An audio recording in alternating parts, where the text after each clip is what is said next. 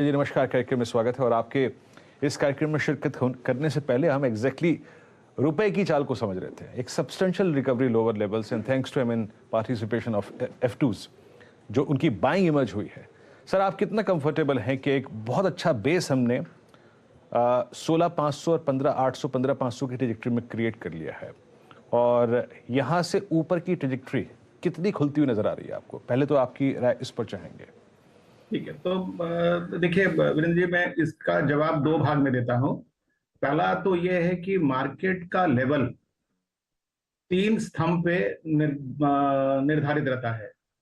Short term में event पे, medium term में लिक्विडिटी पे और लॉन्ग टर्म में वैल्यूएशन पे। अगर आप इन तीनों स्तंभों को आज के कॉन्टेक्स्ट में एग्जामिन करेंगे तो जो पहला स्तंभ है इवेंट का, सबसे बड़ा जो ओवरहैंग बाजार पे था वो था फेड रेट पर क्या डिसीजन होगा।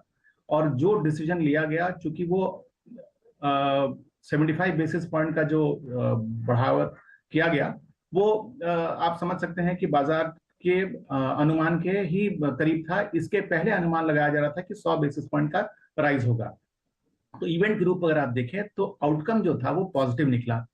दूसरा जो फैक्टर है लिक्विडिटी का, तो हम सब जानते हैं कि पिछले कुछ महीनों में जिस तरह से एफआईआई की सेलिंग हुई है, उसके सामने में अगर डोमेस्टिक बाइंग न होती तो शायद ये बाजार यहां से बहुत ज्यादा नीचे चला गया रहता। यही एफआईआई अगर आज जुलाई के महीने में नेट पॉजिटिव बाइंग कर चुके तो वो फैक्टर भी अब पॉजिटिव हो गया। तीसरा फैक्टर है वैल्यूएशन का। तो अगर आप इस तिमाही के रिजल्ट को देखें तो जितना हम आशंकित थे कि मार्जिन पर किस तरह का प्रेशर होगा, डिमांड पर आउटलुक किस तरह का होगा, उसके अनुरूप जो रिजल्ट्स आए उन्होंने उतना नहीं हमें निराश किया जितना कि हम एक्सपेक्ट कर रहे थे। इनफैक्ट अगर आप कुछ सेक्टर्स में देखें, अगर आप ऑटो को ही देख लें तो ऑटो में अगर मार्जिन का प्रेशर है तो शॉर्ट टर्म डेटा जो पैसेंजर कार की सेल्स की है वो तो रिकॉर्ड हाई की है।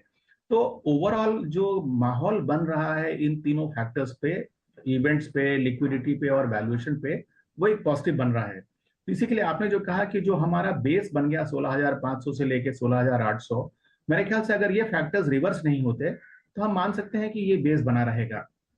रही बात यहाँ से दूसरा भाग जो आपके सवाल का है कि यहाँ से आगे की दिशा क्या होगी, तो देखिए इतनी बड़ी तेजी के बाद एक टेम्पटेशन प्रॉफिट बुकिंग का जरूर हो सकता है, लेकिन ये हम सिर्फ प्रॉफिट बुकिंग का ही फेज माने। अगर यहाँ से बाजार में थोड़ी बहुत गिरावट आती है, बाजार का रिवर्सल होने का जो कारण है वो मुझे नहीं दिख रहा है।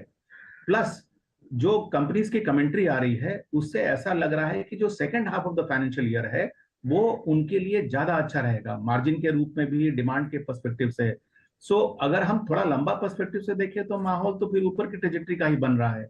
तो मेरे ख्याल से ओवरऑल जो मार्केट का फाउंडेशन है वो बन गया। और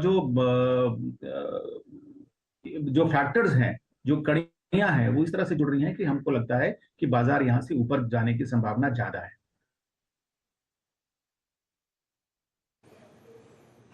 ऊपर के अगर आप देखें स्ट्रॉन्ग चांसेस आपको लगते हैं, लेकिन एक छोटे मोटे अगर आप देखें प्रॉफिट बुकिंग के जो दौर हैं वो आते रहेंगे, बट अभी की स्थिति अगर रही तो स्ट्रेंथ कायम रहने की बहुत स्ट्रॉन्ग गुंजाइश है। अच्छा संजय जी, अभी इस अर्निंग सीजन में अब तक बैंक्स ने भी कॉन्फिडेंस जाहिर किया। कुछ बैंकों के नतीजे बहुत अच्छे खासे थे और आईटी के नंबर्स आपने देखे, आपने कुछ एफएमसीजी प्लेयर्स के नंबर्स देखे। केमिकल बास्केट में एसआरएफ ने काफ़ी स्ट्रॉन्ग नंबर्स पोस्ट किए। पूरे केमिकल में अगर आप देखें एक हरकत सी फिर लौट गई है, बाइंग विजिबल है। आपको सबसे ज़्यादा इम्प्रेस किसने किया इस अर्निंग सीजन में अब तक, और आपके जो कुछ कन्विक्शन आइडियाज़ हैं वो क्या हैं इस वक्त? तो देखिए, जो सबसे इम्प्रेसिव रहा क्वार्टरली परफॉर्मेंस, वो हमारे ख्याल से बैंकिंग क्षेत्र से आया। और बैंकिंग क्षेत्र में प्राइवेट सेक्टर बैंक्स ने तो हमें अपने रिजल्ट से उत्साहित तो किया ही। मैं खुद थोड़ा सा आशंकित था कि जो पब्लिक सेक्टर बैंक्स हैं उनमें जीसे की यील्ड्स के ऊपर जाने के कारण, ट्रेजरी लॉसेस होने के कारण होने की संभावना थी। लेकिन जो तीन चार पब्लिक सेक्टर बैंक्स आए उनमें भी हम देख रहे हैं कि जो ट्रेजरी लॉसेस हैं वो उतनी ज्यादा नहीं हो रही है। तो बैंकिंग नो डाउट इस क्वार्टर का स्टार परफॉर्मर है। अगर आप ईयर ऑन ईयर और क्वार्टर ऑन क्वार्टर भी ओवरऑल सारे रिजल्ट्स को कंपेयर करेंगे तो जो डेल्टा हो रहा है प्रॉफिट ग्रोथ में, वो बैंकिंग सेक्टर से ही आ रहा है। और जिस तरह का हम देख रहे हैं कि डोमेस्टिक डिमांड क्रेडिट के लिए बन रहा है, तो मेरे ख्याल से वो एक सबसे स्वीट स्पॉट और सबसे आकर्षक सेक्टर है मेरे लिए।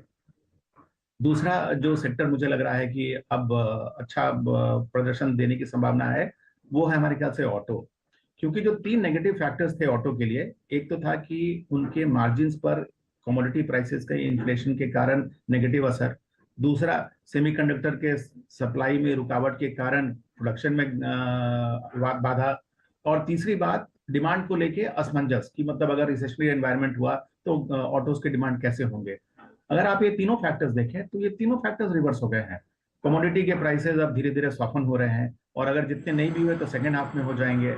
सेमीकंडक्टर की सप्लाई जो सुचारू रूप से चल रही है, और डिमांड का आप क्या कहेंगे, जैसे इसी 2-3 दिन पहले एक ऑटो कंपनी के नए मॉडल का लॉन्च हुआ और कुछ ही क्षण में 1 लाख गाड़ियों की बुकिंग हो गई। तो आप डिमांड की कमजोरी कहाँ देख रहे हैं? इनफैक्ट बाकी सारे के सारे ऑटो कंपनीज कर रहे हैं कि उनसे 3 से 6 महीना की वेटिंग लिस्ट है। तो मेरे ख्याल से सेकंड सेक्टर जो मुझे बहुत अच्छा लग रहा है वो ऑटो है। थर्ड है मेरे ख्याल से कैपिटल गुड्स, क्योंकि उनके इस नेगेटिव एनवायरनमेंट में भी जिस तरह का उन्होंने प्रदर्शन दिया है, जिस तरह का रेवेन्यू ग्रोथ दिखाया है, जिस तरह की ऑर्डर बुक्स वो दिखा रहे हैं, और जिस तरह से मेरे ख्याल से अब इन्वेस्टमेंट होना शुरू होना चाहिए केपेक्स में, अगर अभी नहीं हुआ तो 3-6 महीने के अंदर, तो ये तीसरा सेक्टर है जो मुझे बहुत आकर्षक लग रहा है। ये सही है। आपने संजय सर आए, गुड मॉर्निंग। Good morning. आपने बिल्कुल सही कहा, गाड़ियों की बिक्री 1 लाख गाड़ियां आधे में घंटे में, और वो टू व्हीलर खरीदने वाले मिलते नहीं आजकल। ये चल क्या रहा है सर? हमारे ख्याल से देखिए शायद डिस्कनेक्ट है between urban demand and rural demand. FMCG companies ने भी कहा है कि रूरल डिमांड में उन्हें अभी बहुत ज्यादा तेजी नहीं दिख रही है। मैं समझता हूं कि बहुत हद तक टू व्हीलर की डिमांड जो है वो रूरल क्षेत्र से आती थी, जहां पर कि शायद अभी कंजम्पशन की कैपेसिटी शायद थोड़ी सी अभी बाधित है। तो वो एक कारण मैं मान सकता हूं कि टू व्हीलर्स की डिमांड में वो बाधा पैदा कर रही है।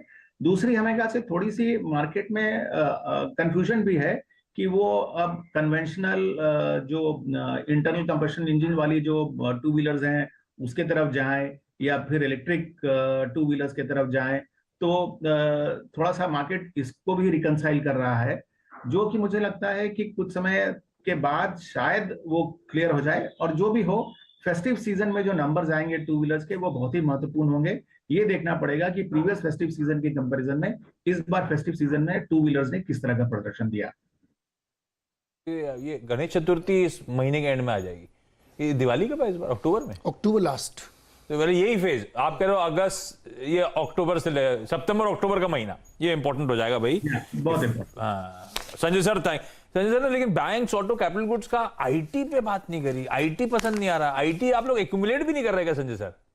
देखिए उस पर अलग अलग व्यूज होगी। मेरा पर्सनल व्यू है कि जब 2008 की ग्लोबल फाइनेंशियल क्राइसिस हुई थी, उस समय भी लोगों ने कहा था कि आईटी का डिमांड कम हो जाएगा, लेकिन एक्चुअली एम्पिरिकल एविडेंस है कि उस समय आईटी के रेवेन्यू ग्रोथ में कोई असर नहीं पड़ा। आज भी अगर आप देखें तो आईटी कंपनीज अपने ग्रोथ के बारे में कहीं भी नेगेटिव स्टेटमेंट नहीं दे रही हैं। कोई 12, 13, 14, 15, कुछ कंपनी तो 20% तक की रेवेन्यू ग्रोथ की आउटलुक दे रही हैं। जहां पर प्रॉब्लम है वो है मार्जिन पर pressure because of the attrition. At the end of the day ये जो एम्प्लॉयज हैं वो एक कंपनी छोड़ के दूसरी कंपनी में जाएंगे, ले दे के ये सर्कल के बीच में ही रहेंगे। तो ये कुछ मैं नहीं समझता कि कुछ स्ट्रक्चरल प्रॉब्लम है कि मार्जिन पर प्रेशर, दबाव जो है वो बना रहेगा। अगर रेवेन्यू ग्रोथ की आउटलुक स्ट्रांग है, डिमांड स्ट्रांग है, रिसेशन में मेरे ख्याल से कंपनीज आईटी पे ज्यादा निवेश करेंगी अपने आप को ज्यादा एफिशिएंट बनाने के लिए। सो ये सेक्टर अगर किसी नेगेटिव फेज के थ्रू गुजर रहा है तो मेरे ख्याल से आज के माहौल में सबसे बेहतर कॉन्ट्रा कॉल आईटी सेक्टर ही है। Sanjay sir, thank you so much जुड़ने के लिए। और अब वक्त हो गया भाई वो कल के वीरू के सवाल का। वीरू, सवाल क्या आपका? सवाल क्या था आपका?